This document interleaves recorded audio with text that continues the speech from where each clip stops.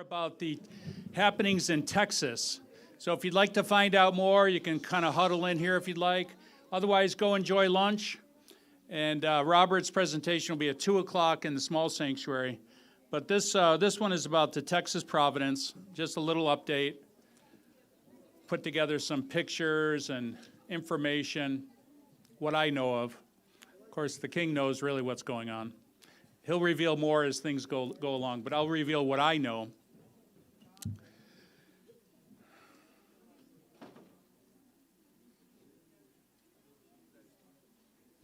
Does this work?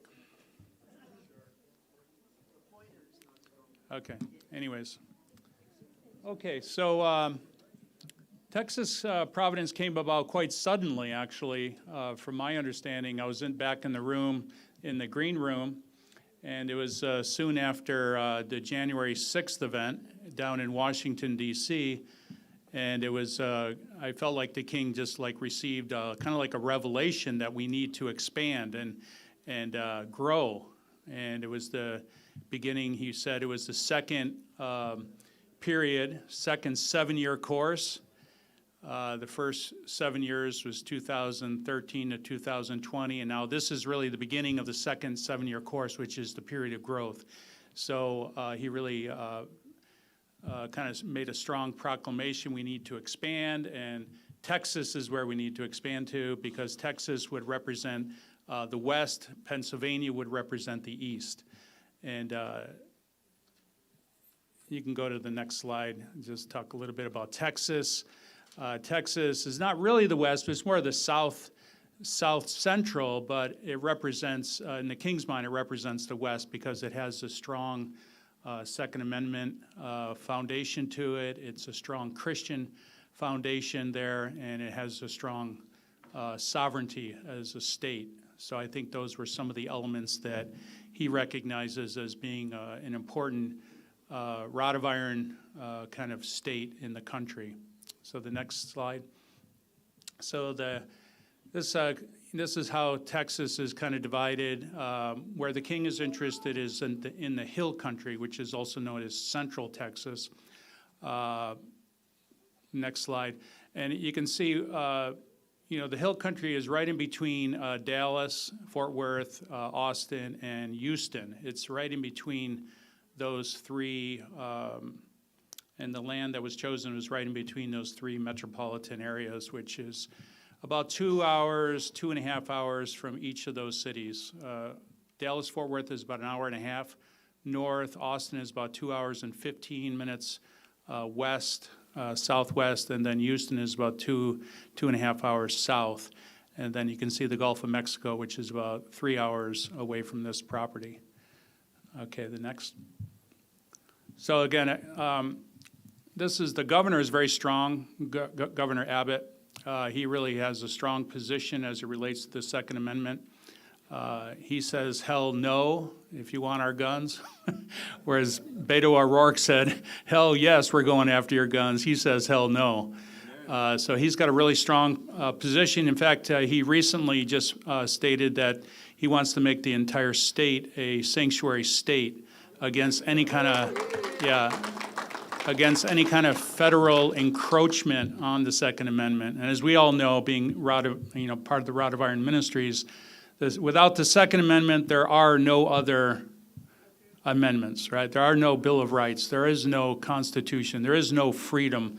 There is no sovereignty. Once you take away the Second Amendment, then all other rights are taken away from you systematically. So that's a very important position in God's kingdom, is the right to bear arms. So Governor Abbott, and if you look at Senator Cruz, and many of the people in the legislature are very strong Second Amendment politicians, and that positions Texas very, very well. Now, the king made it clear that we're not giving up on Pennsylvania. Pennsylvania is still the center of the Providence, but we're just growing. So I think that's an important thing. It's not like, okay, let's sell our homes and move to Texas. No, he's clearly not stating that at all. Pennsylvania, and we have to be very active politically here in Pennsylvania to turn the blue tide back into the red tide, with working with our legislators. First, election integrity is going to be key in Pennsylvania. as well as really bolstering also our sanctuary status here on a state level. There's a reason why we are the sanctuary church. We have to build a sanctuary state against the tyrants. So that's something, you know, and also go to the next slide. The Texas Constitution is very strong, and it's also, you can read it, it really centers on freedom and sovereignty, and it has a history of being very independent. You know, the Alamo, of course, and other parts of its history really show that it's an independent thinking state. It's not a, you know, it's not a soft state. It's a very strong, stubborn state in our union, and I think that plays well into whatever scenario. So the king mentioned that, you know, this Texas Providence is really about growth and expansion and really creating a base for the Rod of Iron ministry message to go out to the nation and to the world. But it's also a plan B. You know, we got to have a plan B, like he mentioned in his sermon this morning, that if things go hot, you know, Texas is an important state to have a presence in politically, and also as a congregation, as a movement. It's a very important state, as well as Pennsylvania. So I think these two states are emerging to be two critical states in the future. Okay, next. So this is the property. Liberty Rock is the name the king gave the property. It's 40 acres, about 37 and a half acres. Liberty meaning freedom, freedom and responsibility, just like today's sermon. And rock meaning the rock upon which we stand, which is Christ. So right away when he saw the property, and he right away came out with his name, Liberty Rock. Okay, so it's a very powerful name. It's a very subject name. And it's an RV park, which he really likes because it gives us the flexibility. It's already built. The infrastructure is already there. There's water there. There's sewage there. There's access, of course, a marina. It has access to that's actually a 12-mile lake, which from the king's point of view represents the ocean. And Father, of course, with the ocean Providence. It also this property connects all of Father's vision about the hobby industry, really creating an atmosphere where people can grow and train and develop themselves in the natural world. So this property really brings together you remember, Father initiated so many of these types of projects in his history while he was on earth, but unfortunately through bad management and corruption and all sorts of issues, those properties have all been pretty much destroyed, and it's really a tragedy, to say the least. So much misuse of public funds and various issues like that. And I think this property, God is giving us an opportunity to restore all of those past failures and really bring this into what Father really hoped for, which is really the kingdom of heaven on earth, you know, little pockets of the kingdom of heaven. And then from there, it can expand on a larger scale. So let's go through the property a little bit. Let's go to the next slide. So like I said, 37 and a half acres. This is the other side of the view. So one view is going out toward the lake, and the other is going out toward what they call literally the hill country. This isn't quite as hilly, but there's some hills in this area, a lot of trees, a lot of oak trees, very, very beautiful area. Both the king and Cooktonym, when they walked onto the property, felt immediately God's presence. It was very palatable. It was like, yes, this is it. It wasn't like, let's look around. It was like immediately. I was quite shocked because I wasn't totally convinced, but they were totally like, this is it. And so that was really reassuring. And then the more we walked the property, the more we could really feel the serenity, the peace, the calmness of the property. And I think when you go there, you'll feel that. Okay, next. So this up front of the property is kind of like a convenience store. It's like the welcome center to the RV. And then as you drive in, this marina off to the left gets you access to the lake. And then you can go to the next slide. So it's like there's 56 RV sites on the property. Again, this is kind of a typical RV site where you pull in your RV, your travel trailer, and you spend $35, $40 a night to have a hookup, and then you can stay for one day. You can stay for 3 days, a week. Some people stay for a month. Some people stay for the whole season. Some people are all year long. So it's up to what you want to pay and what you want to do. But this is kind of an unusual location because it is 2.5 hours from metropolitan areas. It's kind of a destination RV park. It's not a drive-by. Like you see some RV parks where you drive along the highway and just get off and it's right there. You got the roaring highway right next to your RV and you hear all this noise. This is total peace and serenity. All you hear is birds and the wind. It's very, very calm, and I think that's why the king likes it so much. It's totally removed, but within an hour and a half, you have major metropolitan areas. Sure. They're there if the owner is there. They're not like rentals. So like if you drive in with your RV, then you're there with your RV. But otherwise, they're empty spaces until somebody fills it with their RV.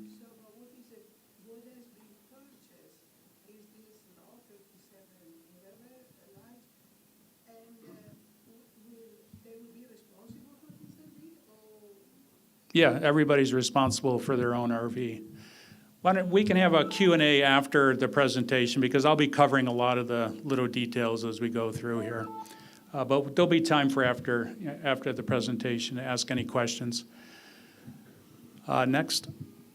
So there's 14 cabins. Again, these are empty cabins, but if you want to rent it out for a night or 3 days or 7 days, then these cabins would be available to you. Or to anybody else. It's open to the public. It's not just sanctuarians coming down and staying there.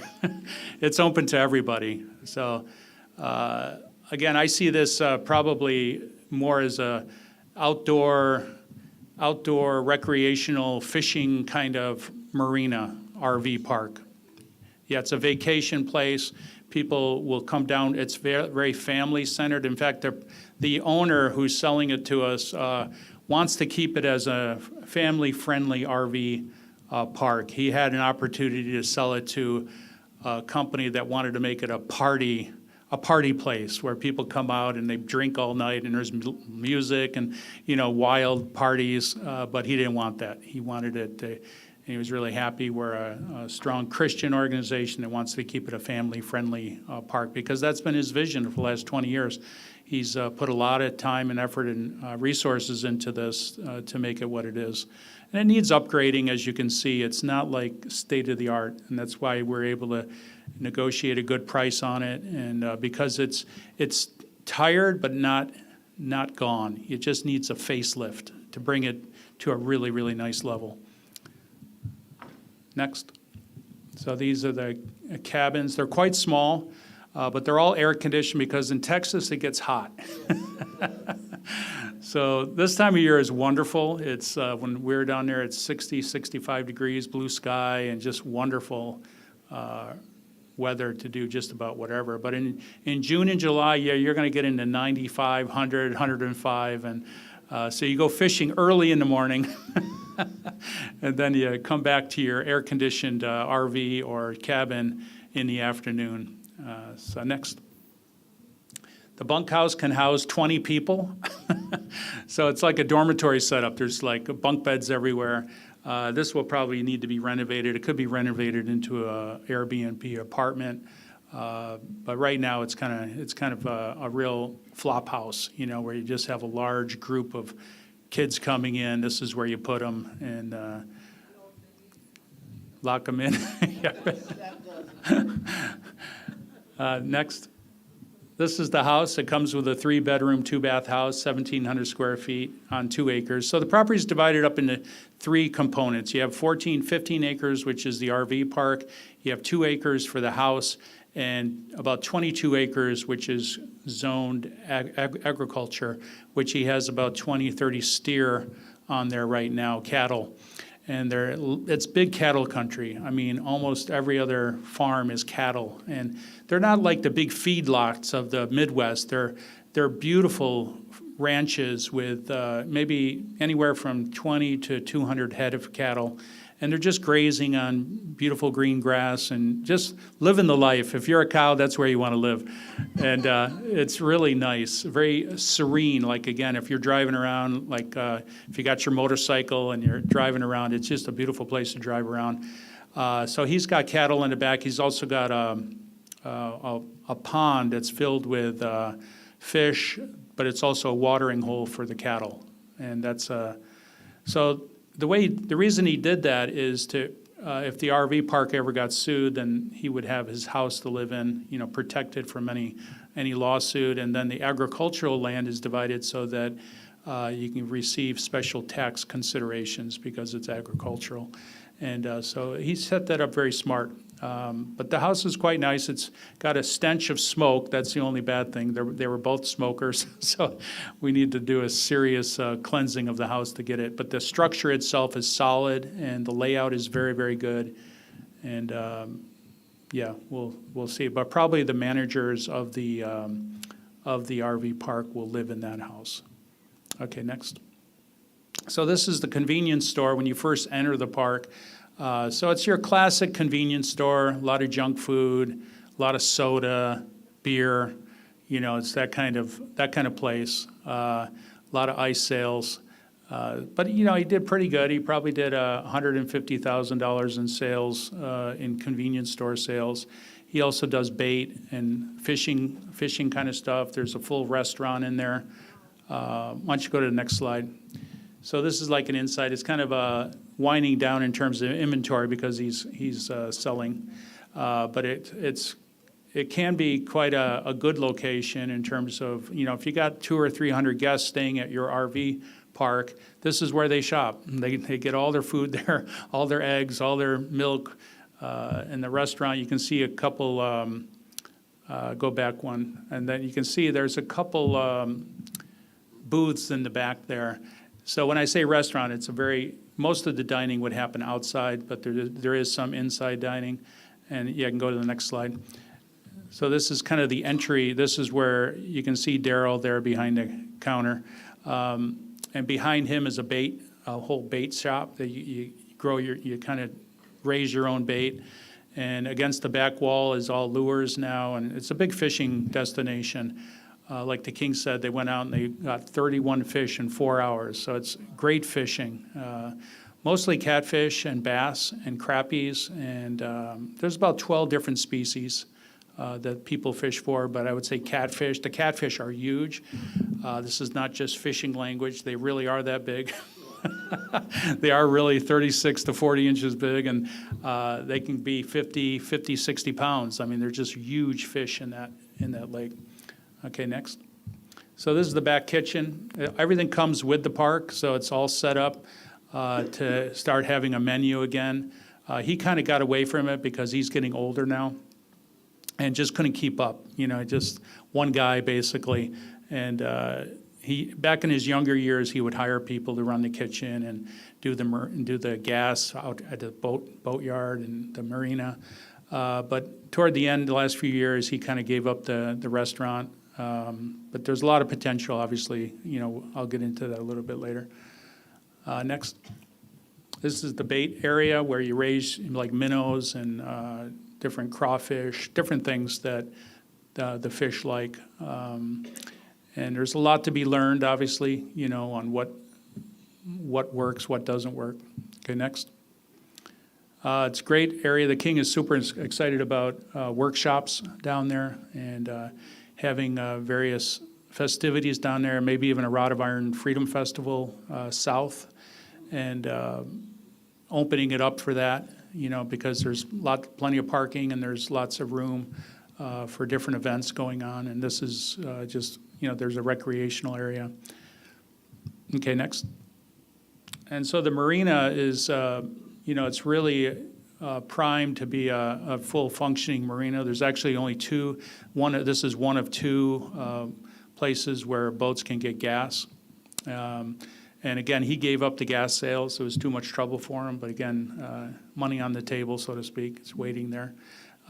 One's a 1,000 gallon tank, and the other one I think is, I can't quite remember, but there's plenty of gas tanks there, two large gas tanks there, and the dock with a little bit of renovation could be a hub for the lake where people come in. They not only get gas, they go to the convenience store, they go to the restaurant there and have a meal, and it's a great way for I think the whole idea is that not to isolate ourselves in any way, but to really open ourselves up to the community and to really bring in people. So, the idea of like music concerts and festivals and boating and fishing tournaments is all huge potential at this type of location. So we're really integrating with the local community from the 3 large metropolitan areas in the area. Like 10 million people have access within a few hours drive.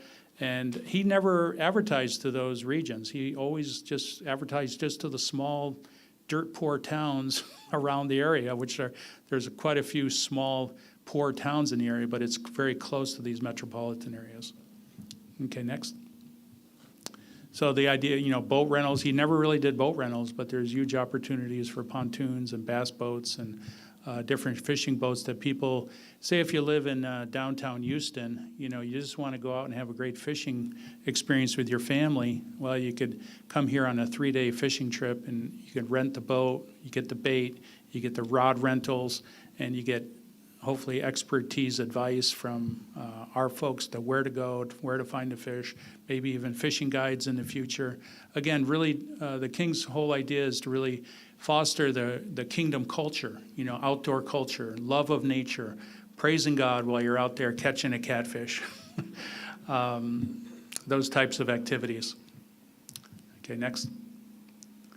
So that's a catfish on the left and bass on the right. There's like a couple fishing. I think actually there's only 1 or 2 fishing guides now on the lake. So that's another opportunity for future businesses where somebody could be a fishing guide and take people out. And you can charge quite a bit of money. You can charge $300 to $500 for a half day fishing on the lake. And people will pay it, because they want to go out there, they want to catch the fish. They don't want to go out there and just pull up nothing. You want to go out there with somebody who knows what they're doing. Okay, next. So this is a nice little inlet, so that you saw in the first part, the main coming in, and then this is a little offshoot, and there's a lot of campsites on the right, and then people can bring their own boats. There's a boat launch, and so then they can park their boat right next to their campsite, and they can not only fishing, but of course, the water is not crystal clear. It's like in Texas, there's not such crystal clear lakes like you have like in upstate New York or other places. It's a little bit more murky, but they're kind of used to it down there, so they don't have a problem swimming in it, especially if it's 105 degrees out. Okay, next. So this is, I think this was like a bass tournament that they had. He used to host a lot of tournaments at his marina, but again, he got away from all that because it was just too much. He would serve them all breakfast, like 100, 200 guys coming in for a tournament, and it was just a little overwhelming, so he got away from it. But that's something that can be brought back in as fishing tournaments, and that's a good way to get exposure to your campground. Okay, next. So this is, on the right are campsites and RV locations, but to the left is kind of a nice open area where we could have nicer cabins or tiny homes or these units called park models.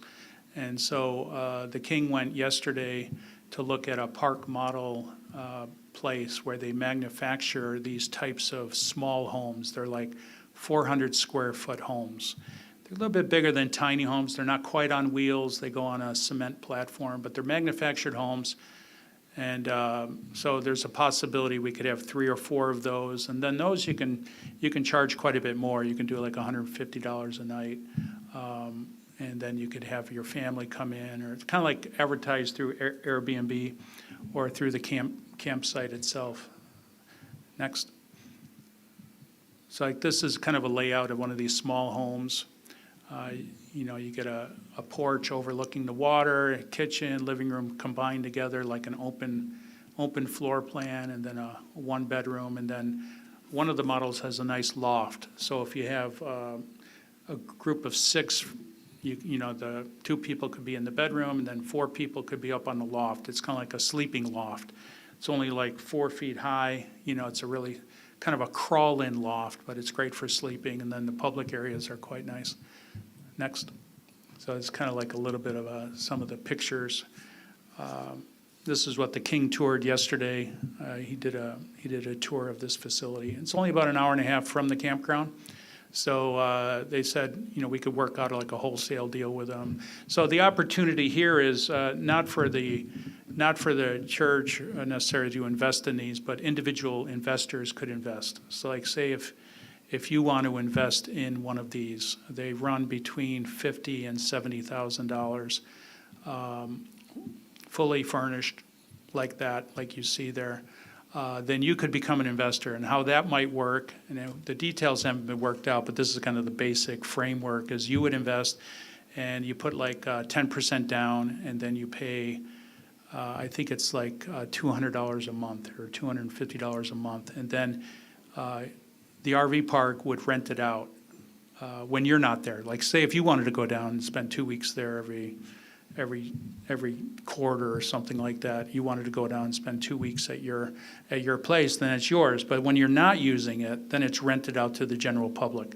And that general public pays $150, $200 a night. And then you get a percentage of that back. So in an ideal scenario, you'd be making money plus paying your rent, paying your mortgage. So that's an opportunity. We're looking for 3 investors if you'd like to raise your hand. 2, 3. Okay, we already sold. Good. We have to buy 3 to get the wholesale pricing on the unit. Maybe. Yeah, there are limitations, but yeah. But it's an opportunity. Say if Japan, wanted to buy a house, and then when Japanese brothers and sisters come over, they got a place to stay. So.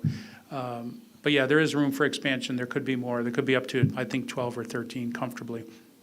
But we'll start off with 3, see how it goes, and we want to make sure everybody is, it's a profitable situation. But this is a very nice place. Like, not everybody's into camping. Not everybody's into RV life. This is more like really nice accommodations. So I think as a campground, you have the full spectrum. You got primitive camping.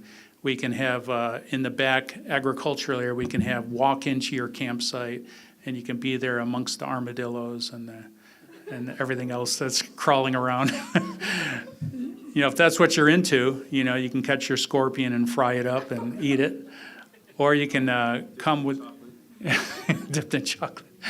Or you could have, your travel trailer. You could have your RV, or you could have one of these. And this is going to appeal to the urbanites, that don't want to rough it that much, but they want to be in beautiful nature. So I think it's a possibility. Okay, next. Yeah, and that's. I just wanted to play this short video, which is a kind of a beautiful video of the property, just 3 minutes long. Can you hit the lights up there, Mira? Thank you.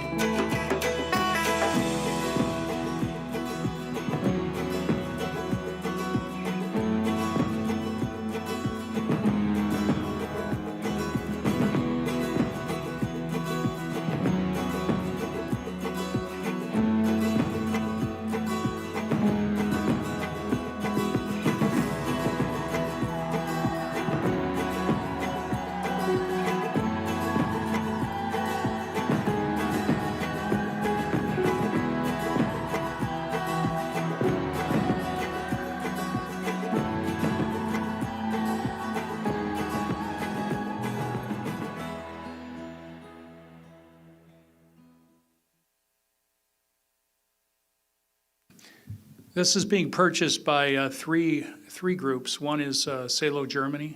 They're actually putting half the money down. That allows them to bring over people from Europe to work in America. They like that because they want to expand operations here in the United States. And then 1/3 will be, or 1/4 will be Salo USA or Cookchanim, and then 1/4 will be us, the Sanctuary Church. So that's how we're going to finance half of it, and then the other half will be a loan. And the profits of the RV park need to pay the loan. So it's actually a very good deal for the church.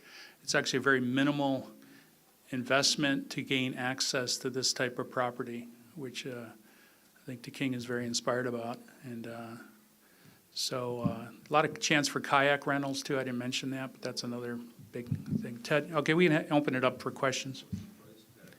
It went down to $925. We were able to negotiate to $925. It started at 1.2, then he went to $1 million. Was having a hard time selling it because his financial records are not good. And most banks will not look at a property unless the financial records are really, really good. But since we're putting half down, then banks will give us a loan, no problem. But that's why it hasn't sold. If he had good financial records, it would have sold.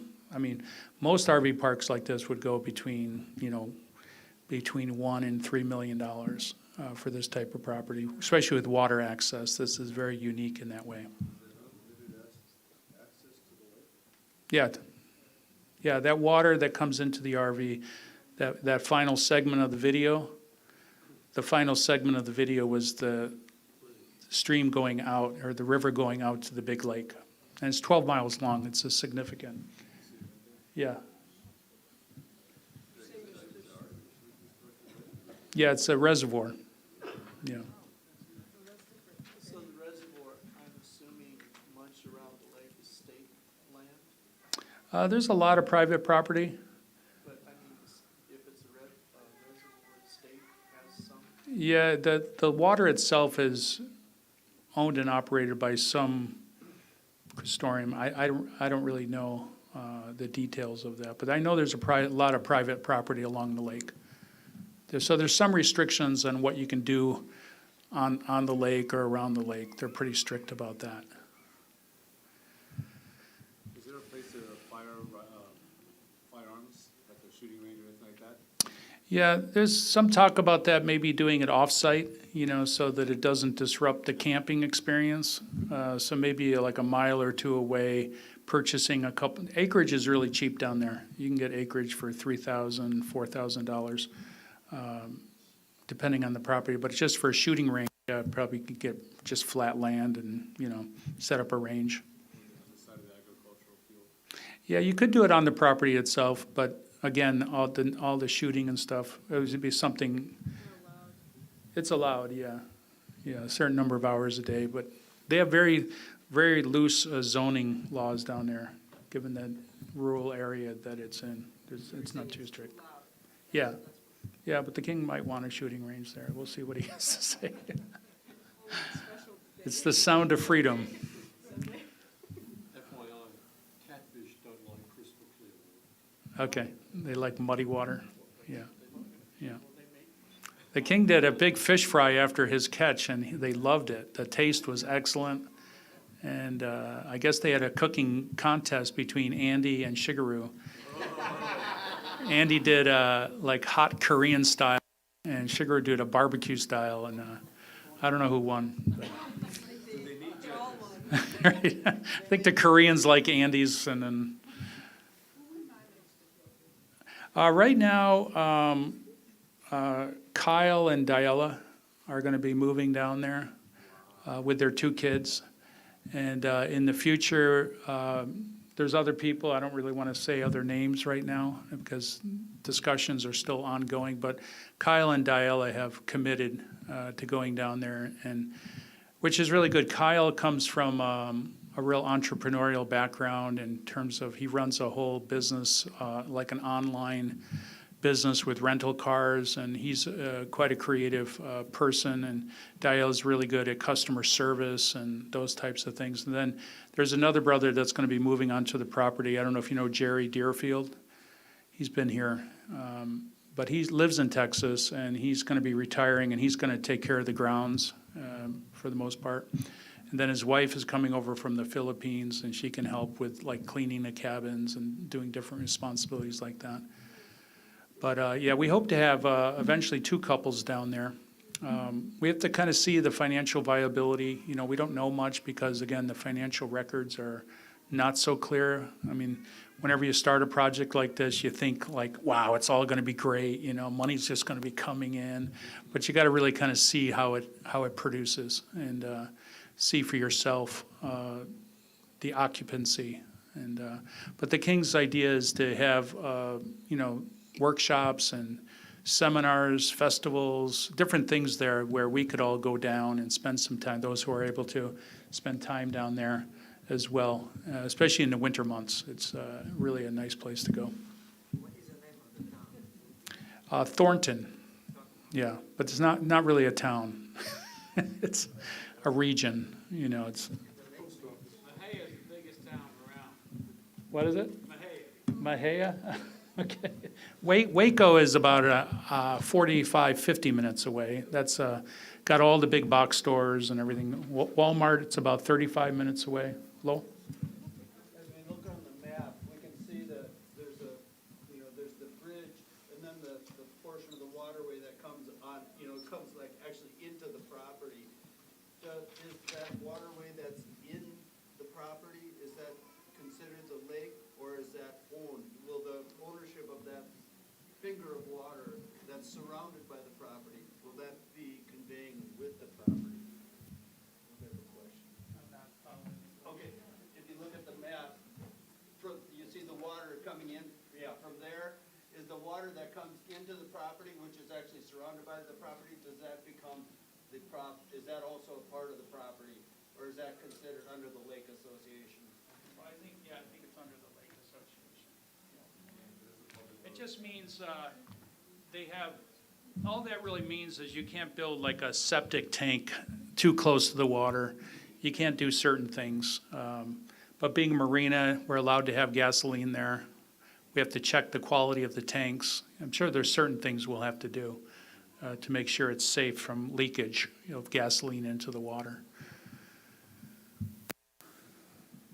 So Greg, that big green field to the left, there's, in the foreground, is that part of the?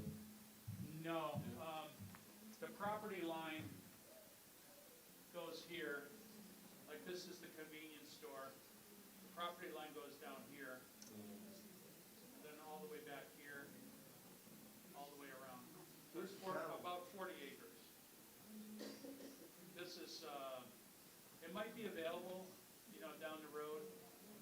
These are all very expensive homes. You go down this road here, and these are like very expensive homes down here. They're like $500,000 to $1 million homes. Yeah, and here, some of the ideas we've discussed so far is like a pavilion right here, so that you could have Sunday service there. You could have like a concert. You could have seminars like how to catch bass. Or teaching kids, certain bushcrafting kind of stuff, like an educational pavilion, like multi-purpose pavilion. There's also a large open space. The house. 3-bed. Sorry. So this is the house over here. There's a big open space right here. This is the bunkhouses over here. This is a large green space right here. So eventually, part of the income of the property will go back into the property. Like 15% of net will go back into the property. So if we're able to raise enough money, then we could create like a multi-use recreational building that could be used for, again, indoor services or other activities that would be indoor and air conditioned, where the pavilion would not have that ability. And we could do other things there as well. And then this is a lot of room for growth and expansion. Like all of this space could be used for additional RVs or those park model homes. This could be a lot of picnic tables here. Again, you got the cafe here, so people get their fried catfish and fries, and they come out here and sit at a picnic table overlooking the water with boats coming and going. It's a very idyllic kind of location. These are all RV locations over here as well. Again, he basically stopped using these. It was just too much for him to handle. So we would reactivate all of these. These are all RV sites on both sides. There's a lot of room for growth and development. When Yeah. do you want the first check? Come see me. What's the name of the lake? Lake Limestone. Yeah, It's in Limestone County. Limestone County, yep. Are you a Texan? Yes, sir. All right. We have our first guide. Exactly where it was when I saw it. You're from Central Texas? Born and raised in Texas. Oh, great. West Texas, okay. So, sorry, could you explain where the cattle and the agricultural land is? Yeah, it's in that pond area in the back there, in the lower left. The green pond, yeah. So it has fish in there, but it's also a cattle watering hole. Yeah, if anybody wants to raise cattle, come see me.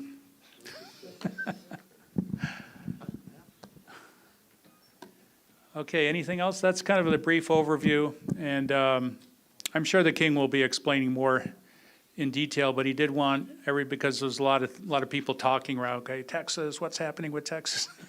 So I just wanted to give a brief overview. Thank you very much. Oh. Thank you. For the closing, when is the closing? Yeah, the closing will be March 5th, so about a month ago.